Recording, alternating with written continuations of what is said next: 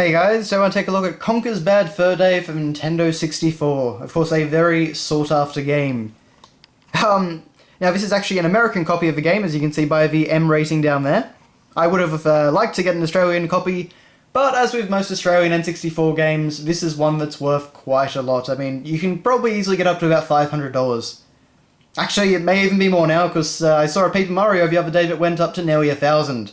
So yes, Australian N64 games are big money. But, yeah, so I ported this one from the US, and I had a bit of a problem. You see, it was sent via eBay's, new specialized shipping that they do, and it took ages to arrive. But when it did arrive, it was a little bit buggered, as you can see like that. This was originally, on listing, a mint condition copy. But yeah, we've got creases, everything was squashed in the package, and not so good. So I've kind of held off showing this for a while, because basically I wanted to buy a new box, because naturally eBay refunded me. But unfortunately I couldn't really find a box, and as the months went on, the money that I got back for this game just got spent on far less exciting things. So I figured I'd show this off anyway. We can go through everything. It's still a great box to look at and a great game. So of course on the front cover here we have the Conker's Bad Fur Day logo. We have Conker himself, who's, of course, drinking some beer, and we have his girlfriend, Berry, who, actually, as I just noticed now, has a sieve, presumably for Conker, on her shirt. Now, of course, this was designed for the N64 Rumble Pack, and has 1 to 4 player multiplayer. And, of course, advisory, this game is not for anyone under age 17. On the side here, we've got a whole bunch of different characters. So we've got the Barn Boys down here, the paintbrush and I can't think of a word right now, but if you play the game, you know who it is. Here we have Greg the Grim Reaper. Over here we have the Panther King and his Weasel Guards. And actually I think the Rat from an earlier section of the game down there. And of course, over here we have Conker himself during one of the later chapters in the game where he's essentially spoofing Saving Private Ryan. But yeah, on the back here we have a number of screenshots showing off how good the game looked, and this was a late N64 title, and it definitely showed that the system could pull off some pretty impressive things. It certainly has aged quite a bit today, but everything is still very clear, and Conker does have a lot of animation in his face. Not to mention full voice acting, actually, that was very impressive at the time. But yes, so that's all that. So, it starts off with, the guys at Rare have been very, very naughty. The day after his 21st birthday bash, Conker's sporting the worst hangover ever, and he just can't seem to find his way home. Prepare to stagger through randy, raunchy, raucous scenarios crammed full of bad manners, twisted humour, and graphic bodily functions. Unless you're a fan of violence, foul language, and racy innuendo, you'd best steer clear of this one.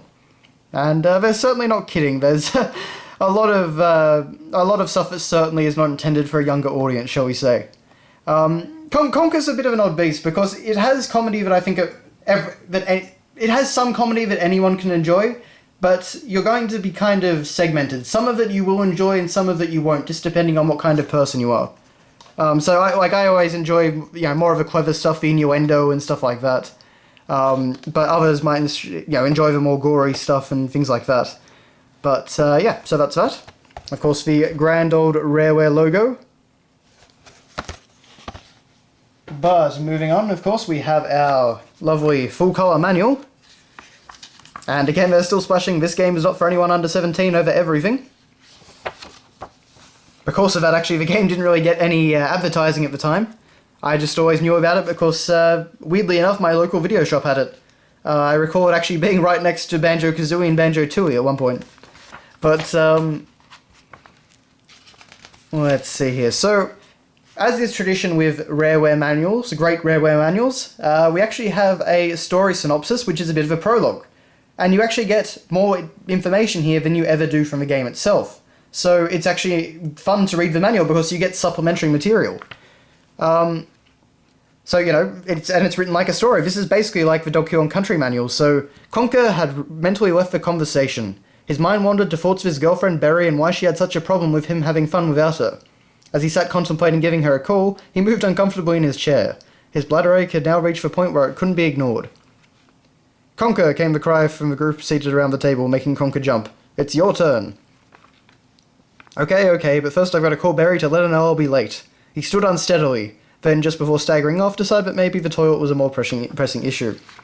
But it keeps going on, and there are some hints at some more, some things that happen later in the game.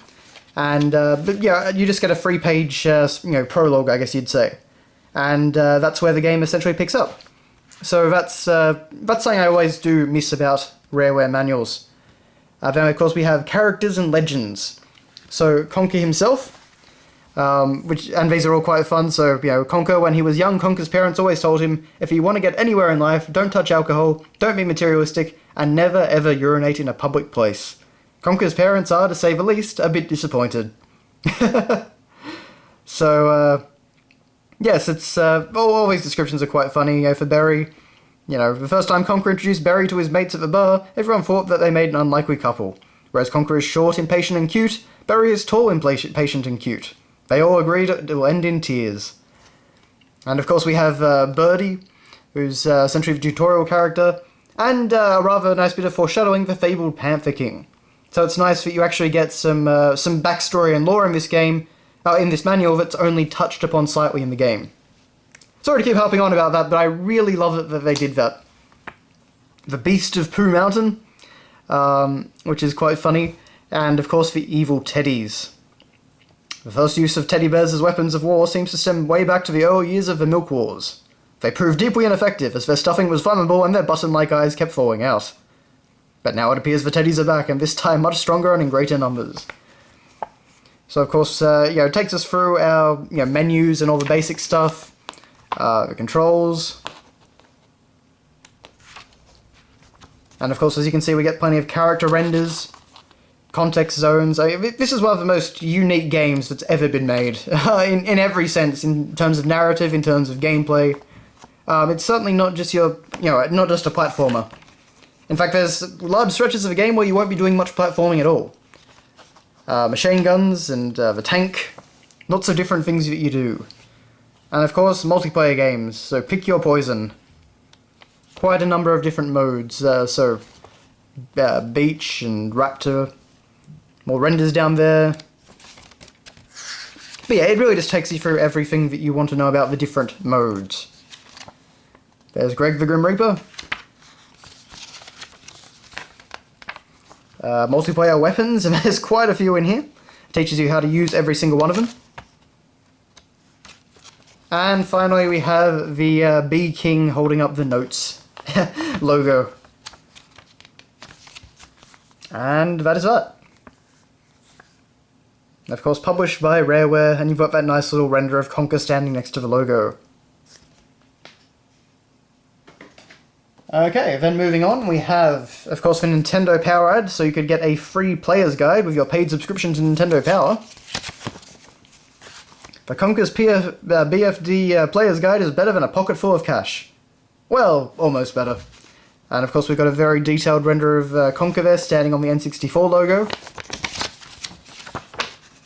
It's for you! Don't delay, do the helicopter tail thing to the nearest mailbox to order Nintendo's official Conker's Bad Fur Day Player's Guide. So that's quite, they always had a lot of fun with their descriptions for these sort of things. And on the other side, in a nutshell, Nintendo Power packs all the gaming information a Squirrel needs into every issue. It's Nintendo's official source for strategies, codes, and breaking news. And of course, yes, provides detailed maps of fantastic places from New Bark City to Cloud Cuckoo Land. Of course, referencing Pokemon Gen 2 and Banjo-Tooie. You should also squirrel away Nintendo Power's official Conker's Bad Fur Day Guide, for when you need extra help. And of course we can see one of the latest issues, which was about Spider-Man 64. As well as, of course, some images about, the Nintendo Power website, which I do actually remember looking at the time. So there's all that. Just a fun little ad. Let's see, we get the Consumer Information and Precautions booklet, which is about what you'd expect. And then finally, with the plastic, if you care about that, we have the Conker's Bad Fur Day cartridge. And yeah, it's about what you'd expect. All very exciting. But that has been your look at Conker's Bad Fur Day for Nintendo 64. As I say, it's a bit of a shame about the box getting damaged, but, you know, it's still a really fun thing to look at, so I figured we'd just have a look, and because I don't think I'll be getting a new box anytime soon. But thanks all for watching, guys, and I'll see you next time.